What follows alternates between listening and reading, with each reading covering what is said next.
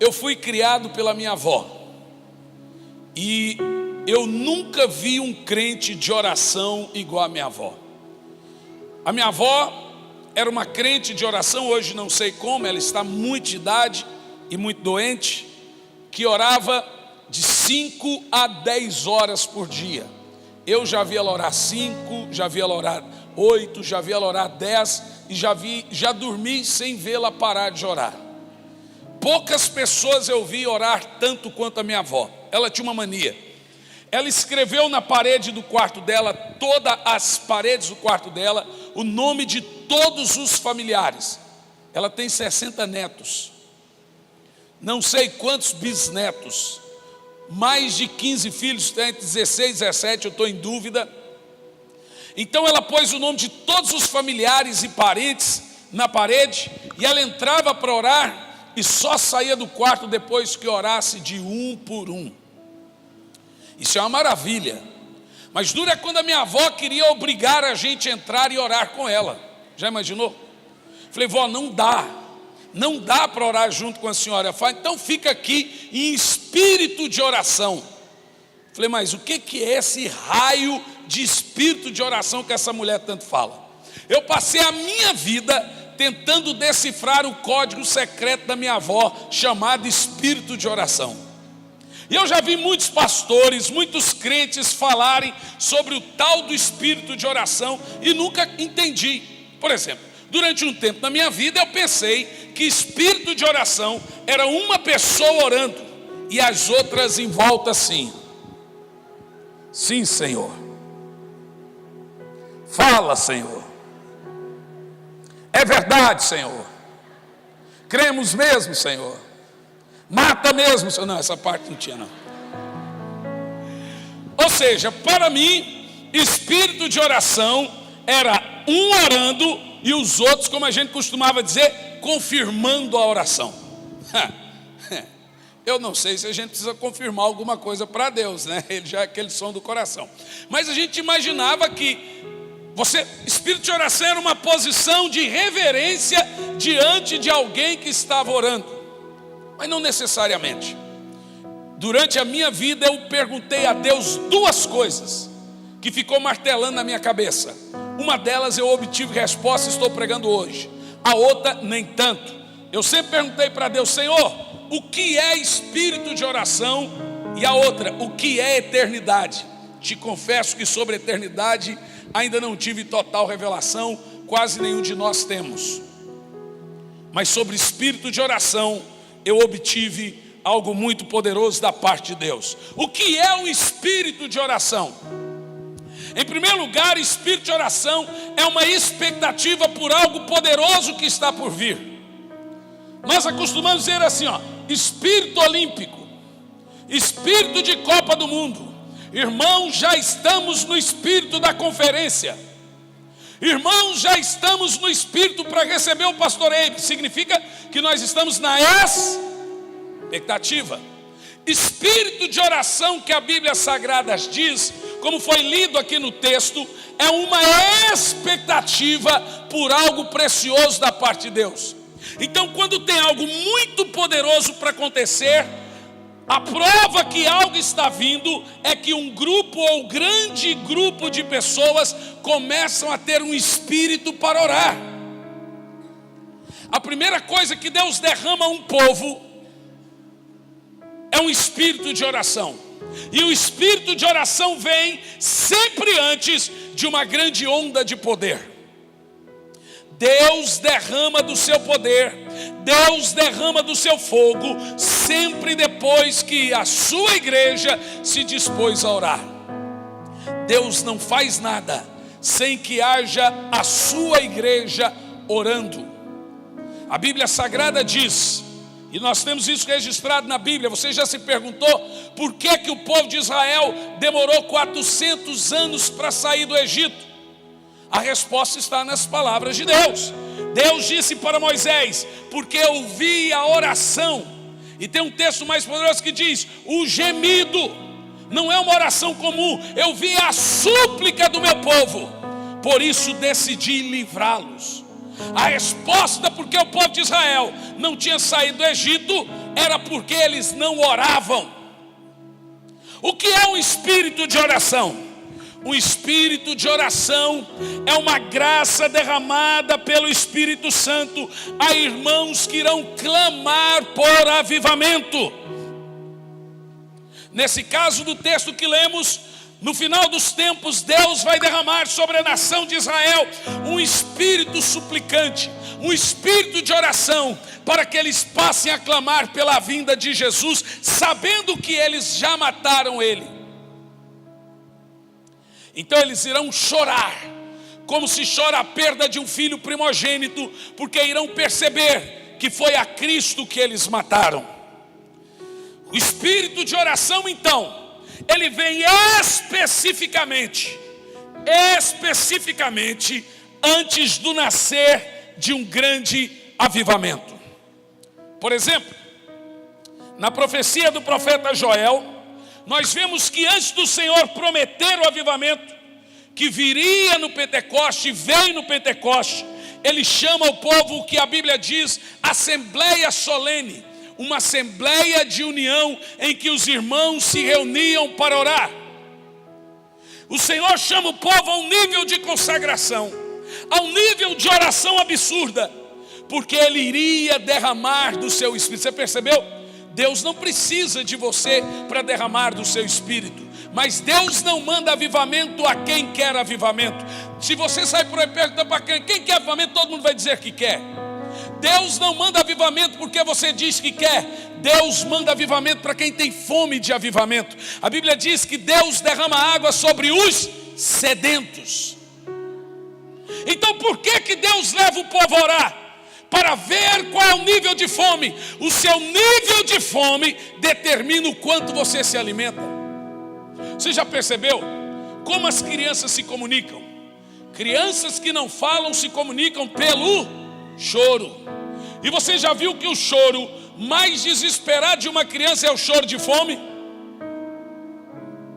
Ela chora de dor, ela chora de sono, ela chora de manha, mas o choro de fome, parece que ela está morrendo.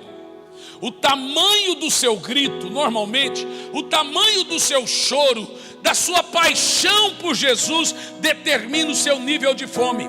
Por isso que a primeira coisa que Deus olha para o crente, revê no crente e derrama no crente, é um espírito de oração. Porque quando há pessoas com espírito de oração, ali há pessoas famintas pela glória de Deus.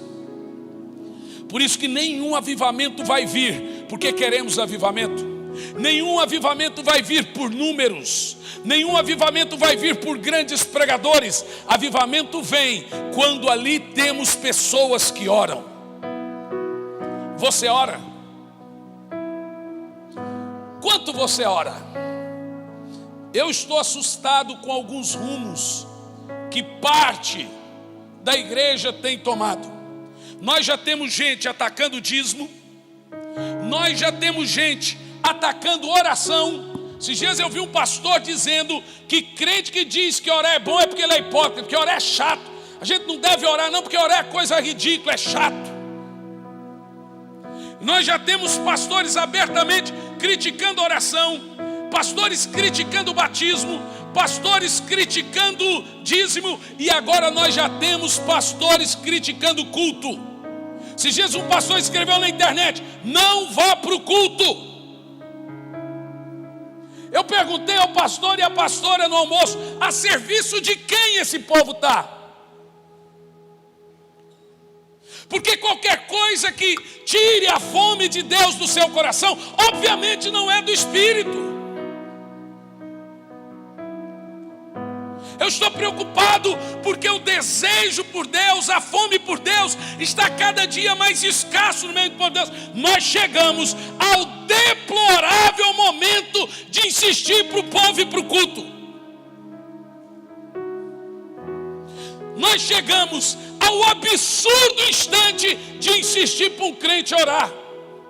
O crente que ora, já dizia Leonardo Ravenhill, o crente que ora deixa de pecar, o crente que peca deixa de orar. Você sabe, uma das coisas poderosas na oração é que oração não é autopromoção. Oração é auto-rebaixamento. Qualquer pregador, por mais humilde que seja, ele leva um pouco de orgulho para o altar. Mas qual orgulho que a gente leva para o quarto da oração? Lá a carne se cala. Oração é mortificação, não promoção. Lá você não fala bonito, lá não tem voz grossa, lá é Deus e você, não tem como fingir. O que é oração? Oração é o silêncio da carne e o grito do Espírito. Oração é a mistura da fome de Deus com a sede do homem. Porque oração, meus irmãos, não é só como eu consigo de Deus o que eu quero, é como Deus também consegue de mim o que Ele quer. Então eu não posso orar só quando eu tiver vontade, porque a oração é um meio de ligar o céu e a terra. Deus está no céu, você está na terra. É na oração que nós ligamos esses dois mundos.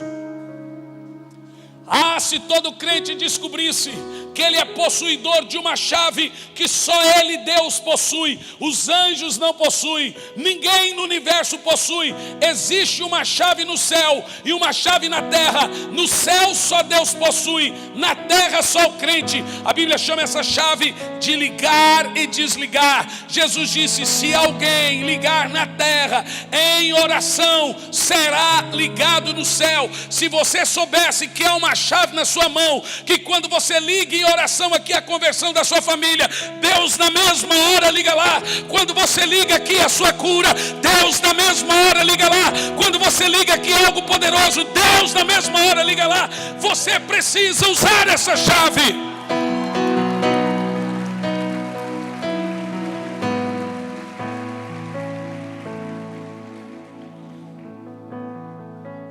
Mas até mesmo as nossas crianças, sem perceberem, desprezam a oração, porque a oração é profundamente simples.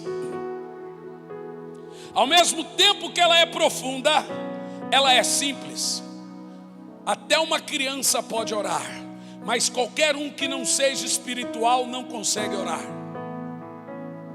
Ou seja, você não precisa ser espiritual para pregar, você não precisa ser espiritual para cantar, mas para orar tem que ser espiritual. Oração é uma prática somente de quem ama a Deus. Ah, mas eu amo a Deus e não oro. Nenhum relacionamento sobrevive sem comunicação. Não tem como você dizer que ama a Deus e não orar. O judeu ora 3 vezes ao dia, o muçulmano 5 vezes ao dia, o budista 10 vezes ao dia, o seixonoísta 16 vezes ao dia, e o cristão, é constatado em pesquisa que o cristianismo é a religião que menos fala com o seu Deus. Eu estava vendo um debate de um ateu e um protestante, e o ateu leu esse dado e disse: como vocês creem que Deus existe, se em todas as religiões do mundo vocês são que menos falam com Ele? A diferença é que essa trupe que eu disse aí, crê que o Deus dele é vivo, crê num Deus vivo mesmo sendo morto. Eles tratam Deus morto deles como se estivesse vivo. E nós temos um Deus vivo, mas o tratamos como se ele estivesse morto. Olhe bem para mim. Não existe cristianismo sem a prática da oração, sem a prática diária da oração. Jesus, para ser tentado, orou e jejuou 40 dias e noites. Nós somos tentados todos os dias e muitos de nós não oramos. Somos melhores que Jesus. Jesus, para escolher 12, orou a noite toda. Nós escolhemos, compramos, vendemos, fomos, voltamos e não oramos. Sabe, quando você não ora, nós mandamos muitas mensagens para o céu com a atitude de não orar. Nós estamos dizendo a Deus: não pedi sua opinião, não quero saber da sua vontade, não quero ser guiado pelo Espírito, não quero me comunicar com você, não quero pedir a sua opinião para nada. Deixar de orar então é um misto de cometer vários pecados. Pecado de Lúcifer, da independência, fazer sem pedir a opinião de Deus. Pecado da desobediência, porque a Bíblia manda orar. Samuel disse: pecaria eu contra Deus, deixando de orar. Deixar de orar é um misto de vários pecados. É grave. Jesus disse: vigiai e orai, vírgula, para não cair em tentação. Você percebeu? Por que nós caímos? Agora escute esse texto. Romanos 8:26 diz: porque o mesmo Espírito intercede por nós, porque com gemidos inexprimíveis, porque não sabemos orar como convém. Agora veja bem, o Espírito intercede por nossas fraquezas, vírgula, porque não oramos como convém, de onde nasce todos os pecados, pela falta de oração como deveria. Porque o Espírito intercede por nós em nossas fraquezas, porque não oramos como convém. Todo pecado nasce de um distanciamento de Deus. Se você não topar o diabo quando você estiver indo, é porque você está andando lado a lado com ele.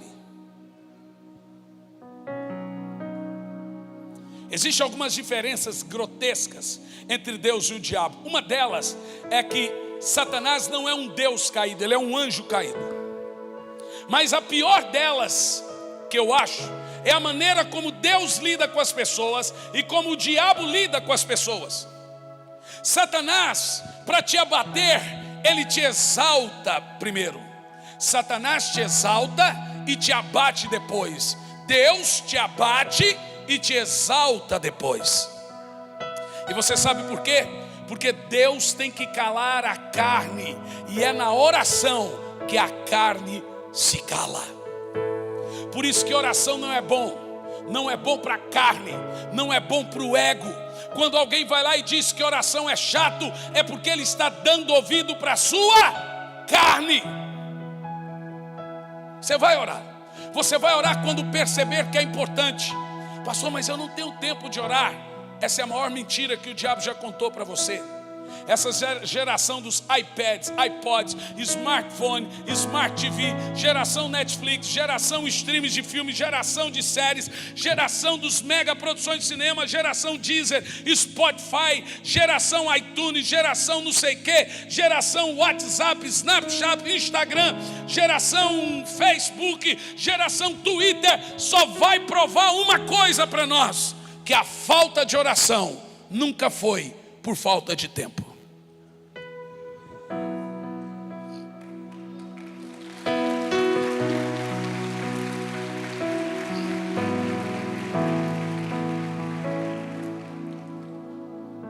O que é oração, pastor?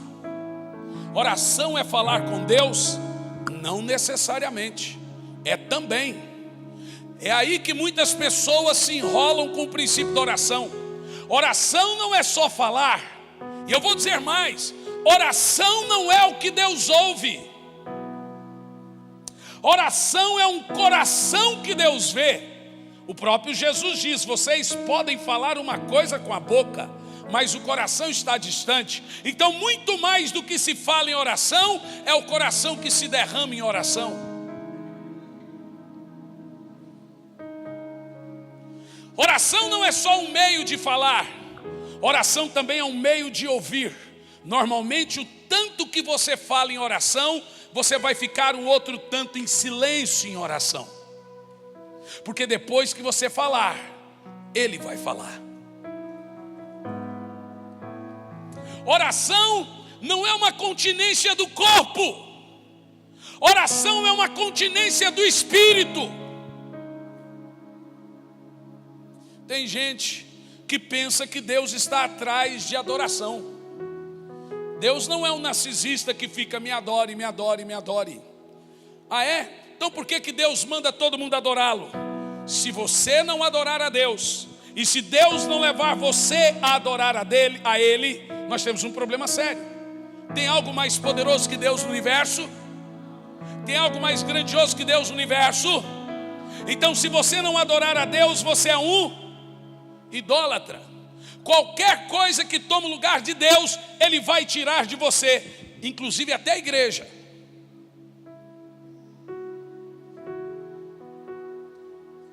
Agora, por que Deus exige que sua igreja o adore? Porque não há nada como Ele, não há nada mais poderoso que Ele, não há nada mais grandioso que Ele. Se Deus não exigir adoração a Ele, Ele é um idólatra.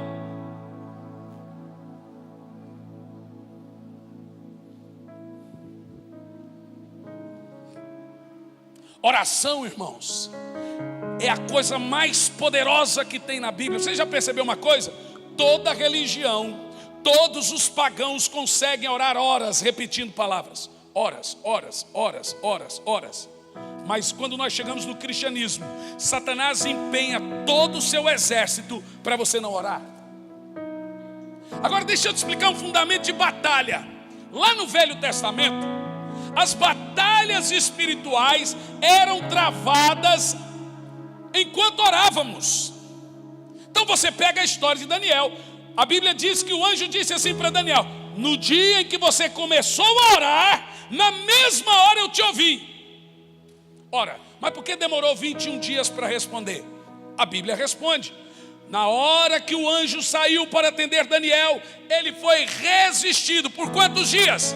21 dias. Enquanto Daniel orava, havia batalha no céu. Aí você sabe, uma batalha que 2 anjos venceram. Gabriel e Miguel e seus exércitos venceram o príncipe da Pérsia e o príncipe da Grécia, e a resposta veio para Daniel. Que coisa interessante. No Velho Testamento, as orações eram armas de guerra. As coisas mudaram na Nova Aliança. Hoje, Satanás não impede a bênção de vir, porque hoje o Espírito Santo mora dentro de quem ora. Então quando ele ora, a oração é ouvida instantaneamente, porque é o próprio Espírito que leva a sua oração e traz a resposta.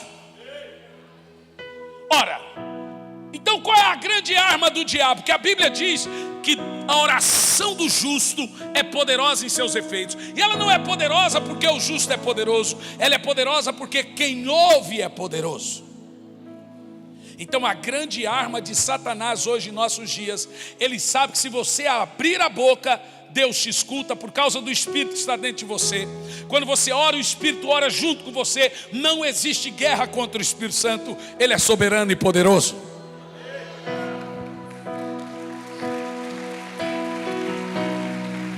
Então qual é a maior arma de Satanás? Impedir você de orar. Porque ele sabe que se você orar, irmão, não existe oração fraca, não existe oração forte, existe oração. Esses dias o irmão chegou: pastor, faz uma oração forte para mim. Falei: irmão, nunca fiz nenhuma fraca. Não existe oração boba, não existe oração ridícula, não existe. Eu tenho uma mensagem que se chama A Importância das Orações de 4 minutos. Todo mundo começa orando 4 minutos, 5 minutos e vai para 10. Toda oração, ela necessita começar. Você tem que aprender o hábito de orar. Orar para orar muito. Você tem que orar até quando não tiver vontade de orar, para pegar o hábito, o costume de orar. Porque se você não orar, preste atenção, Satanás anda comendo fé no café da manhã, fé na janta e fé no almoço. A maioria de nós temos a nossa força comida pelo diabo antes mesmo do sol nascer. E sabe por quê? Sabe por quê? Porque o grande alimento do crente é dado enquanto ele ora.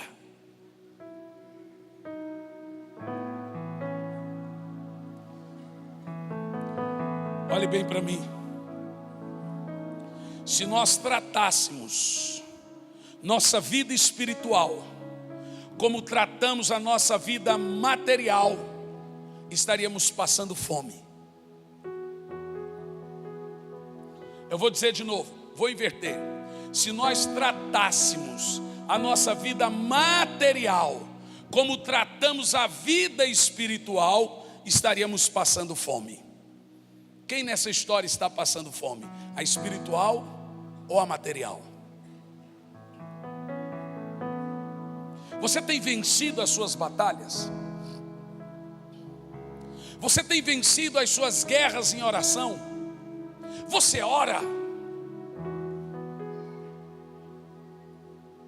Veja que nós chegamos ao disparate.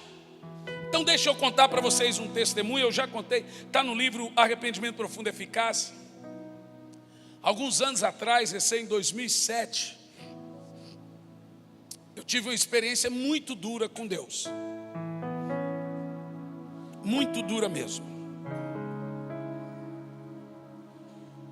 Em uma das minhas experiências, eu tinha acabado de chegar da igreja Batista Getsêmani do pastor Jorge Linhares em Belo Horizonte. Cheguei em casa, eu estava esgotado, cansado. Eu fui tomar banho, eu estava seco. Quando nós dissemos o termo seco, para os pastores é sem óleo, sem unção. Eu estava seco. Mas antes de pregar nessa igreja, eu passei um tempo muito difícil na minha vida, viciado em pornografia. Então meu devocional era a pornografia, 5 horas em pornografia. E eu não escondo isso, porque hoje isso ajuda muita gente a se libertar. Então eu dizia: Senhor, nessa conferência mesmo em Belo Horizonte, não me usa. Eu quero passar vergonha. Eu quero subir ali e não acontecer nada, para eu tomar vergonha na cara. Mas eu chegava lá e os paralíticos andavam, os cegos enxergavam, milagres aconteciam, mas eu estava seco. Existem por aí grandes ministérios e um desvio no caráter do mesmo tamanho, mas dentro de mim havia um vazio. Mas não um vazio de dinheiro, não um vazio de agenda, não um vazio de família, de carinho, um vazio de unção, um vazio de Deus. Só quem ama a Deus sabe, irmão, quem ama a Deus de verdade sente saudade de orar. Quem ama a Deus de verdade sabe quando ele está seco. Se Jesus, meu filho, me perguntou: pai, o que é unção? Eu falei: filho, eu não sei te explicar muito bem o que é unção, mas eu sei te explicar o que não é, porque eu sei quando eu não estou ungido. Quantas vezes eu liguei na época para o meu pastor, o pastor Eibe, e o pastor Eibe com as mesmas perguntas: como é que você está? Como é que está seu casamento? Como é que está a educação dos seus filhos? Como é que está o ministério? Como é que está o seu tempo de oração? E eu mentia para ele para dizer: não, pastor, está tudo uma bênção. Porque quem faz o nível do discipulado é o discípulo, não o discipulador. Vocês sabem muito bem disso. Se você quiser enganar seu discipulador, você vai enganar. E eu dizia: pastor, está uma bênção. Mas por dentro eu estava mantendo uma aparência. Então eu confessava meios pecados. Eu confessava que roubei uma corda, mas esquecia de dizer que tinha uma vaca na ponta da corda. Então eu confessava, eu entregava algumas coisas assim para o meu pastor, mas não entregava tudo, para ele perceber, ou então pensar que eu estava sendo honesto com ele. Mas no meu interior, eu subia para pregar, eu via milagres. E eu gostaria de indicar a você uma mensagem minha, que está na internet, chamada O Custo da Unção. Eu percebi uma coisa diante de Deus, que Deus tem responsabilidade com a fé das pessoas e a dor das pessoas. Não importa quem é que está pregando. Na parábola da semente, você vê que o Senhor fala da terra e da semente, mas do semeador ele diz: um certo semeador. Ou seja, para Deus importa que a dor das pessoas seja suprida, que a necessidade das pessoas seja atendida, mas o semeador é um certo semeador, ele vai dar conta diante de Deus. Então às vezes o cara sobe aqui para pregar, revela a vida de todo mundo, está em pecado, Deus cura, Deus transforma, fala, homem de Deus. Mas em Mateus 7 nós lemos assim: curamos, profetizamos, expulsamos demônio, fizemos milagres. E o Senhor vai dizer, não vos conheço. Veja que a necessidade do povo foi suprida, porque Deus tem responsabilidade com a dor das pessoas. Então eu estava seco. Nesse dia foi uma virada de chave no meu ministério. Antes de tomar o banho, eu deitei no chão do banheiro e eu chorava, Senhor, eu não subo mais para pregar. Eu estou mentindo para o meu pastor, eu estou mentindo para minha esposa, eu estou mentindo em cima do altar, eu sou seco, eu não tenho unção, mas os milagres acontecem. Eu não subo mais para pregar, a não ser que o Senhor me ensine a orar de novo. Sabe qual foi a oração que eu fiz para Deus que mudou a minha vida? Um dia eu estava na porta do hotel, eu, pastor Sandro, pastor Eibe e o Albert. O pastor Eibe falou assim: o que aconteceu com você? Por que mudou da água para o vinho? Eu contei isso para ele. Sabe o que mudou a chave na minha vida? Uma pequena oração que eu fiz: Senhor, ensina-me a orar. Eu tive que me humilhar, descer do pedestal religioso e dizer: Senhor, eu não sei orar.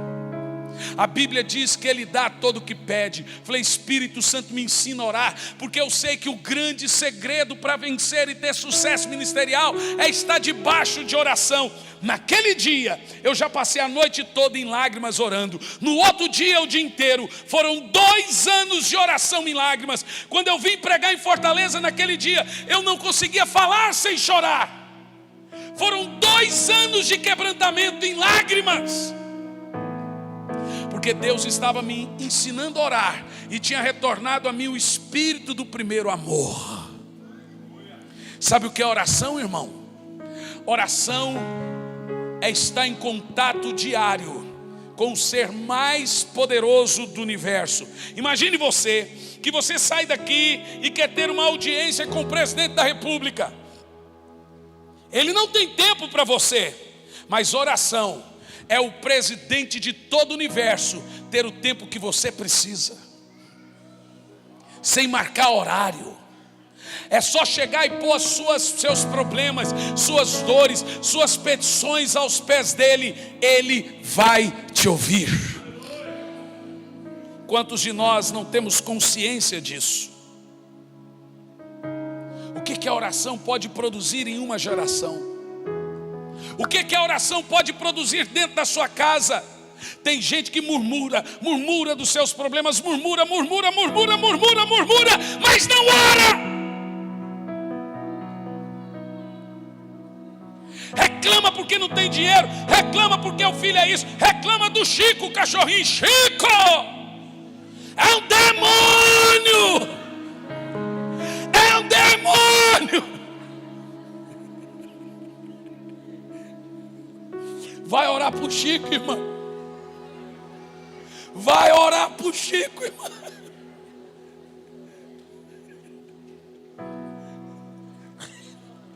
É claro que era crente ali, né, irmão? Quem fala aquilo é crente. É um demônio. Meus queridos, por que Jesus se dedicou a orar? Você já parou para pensar que Jesus não ensinou nada para os seus discípulos? Ele só ensinou uma coisa. Jesus não ensinou pregar, Jesus não ensinou expulsar demônio, Jesus não ensinou curar enfermos, Jesus só ensinou orar. Os discípulos não pediram para aprender nada, eles só pediram para aprender uma coisa: Senhor, ensina-nos a orar. Quem pode dizer isso 3 vezes?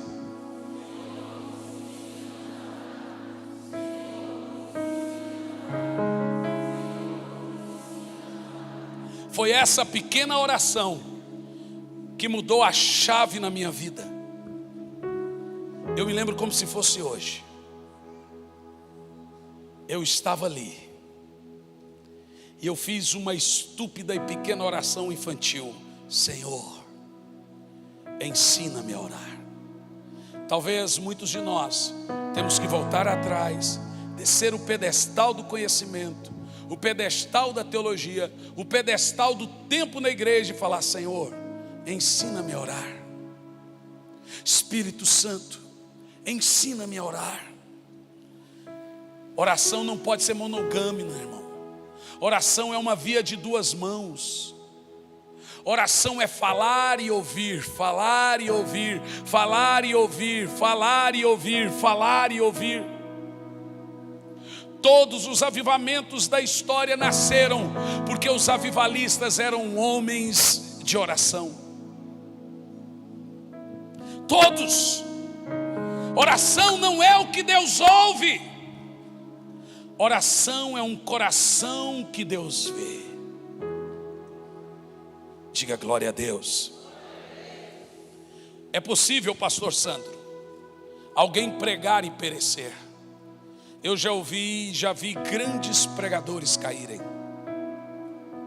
já vi cantores caírem, mas nunca vi gente de oração cair. Poucos de vocês vão ter o prazer de subir aqui e pregar, porque o ministério da palavra é de poucos, mas o ministério da oração é de todos. Poucos um dia vão pregar, mas todos podem orar. O que a oração é? Oração é um ministério eterno. O ministério da pregação é do tempo, é temporal. O da oração é da eternidade, sempre iremos orar. O ministério da pregação é de poucos, o da oração é de todos. O ministério da pregação atinge somente aqui agora, o da oração vai ser para sempre. O ministério da oração é de toda a igreja. Em Atos 6, versículo 4, os apóstolos disseram: quanto a nós, nos dedicaremos ao ministério da oração e da palavra. Olha para mim, tem gente que diz: pastor, eu não consigo orar.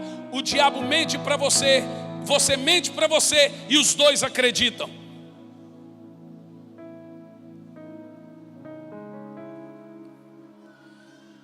Oração só exige um único requisito, só um: espiritualidade.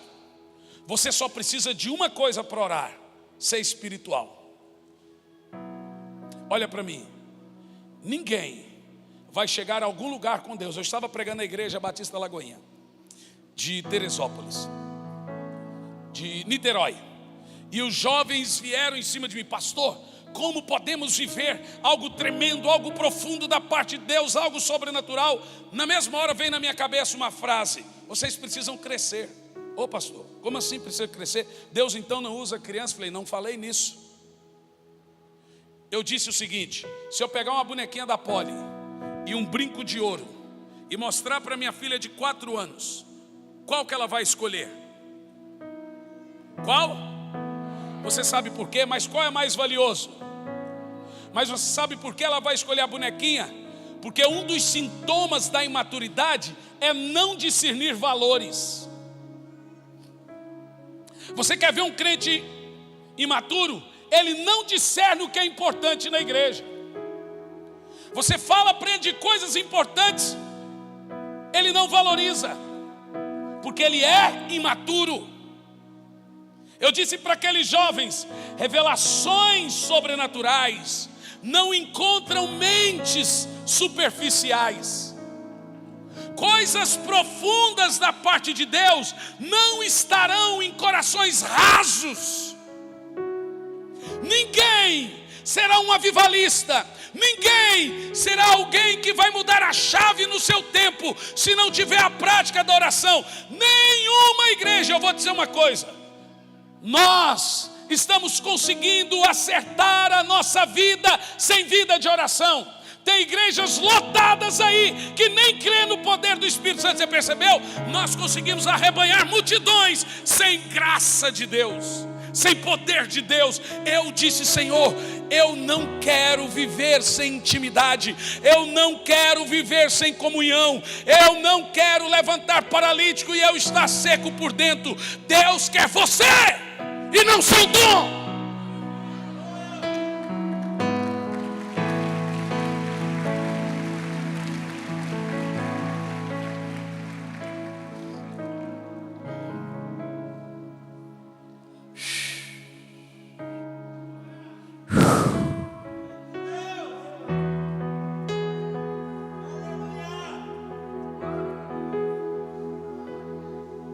Sinto o derramar do poder de Deus aqui.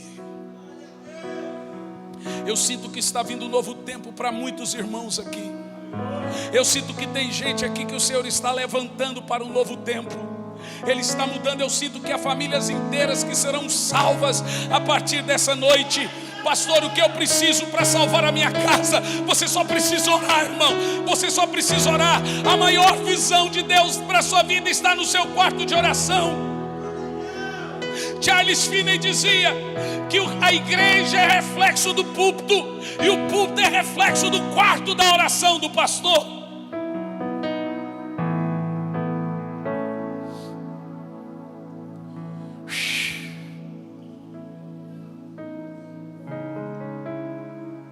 Eu receio que essa geração precisa vir de novo e falar: Senhor, nos arrependemos de ser a geração que menos orou em todas as gerações. Porque essa geração, apesar de cantar muitas músicas sobre paixão por Jesus, é a que menos ora. Os nossos jovens, ao mesmo tempo que estão falando palavrão, e quando eu falo nosso, eu falo de modo genérico. A educação sugere que você nunca diga você. De forma genérica, somos todos, entre bons e ruins, o mesmo corpo. Ao mesmo tempo que eles estão desobedecendo os pais, eles já estão na igreja dizendo: eu quero conhecer Jesus. É impressionante a rapidez que eles entram no espírito e entram na carne assim.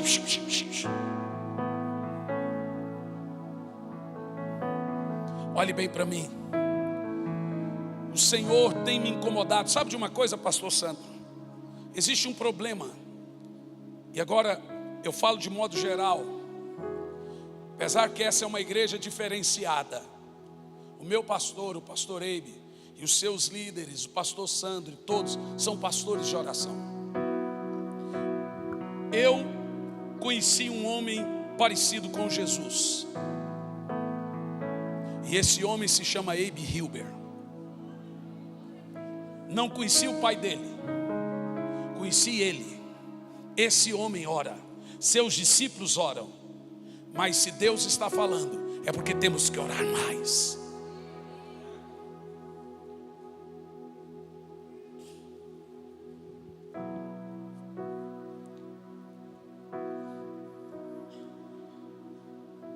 Nós precisamos voltar os nossos olhos para o trono. Precisamos voltar a ver o branco da santidade do Senhor, a valorizar os valores de Cristo, valorizar culto, valorizar louvor.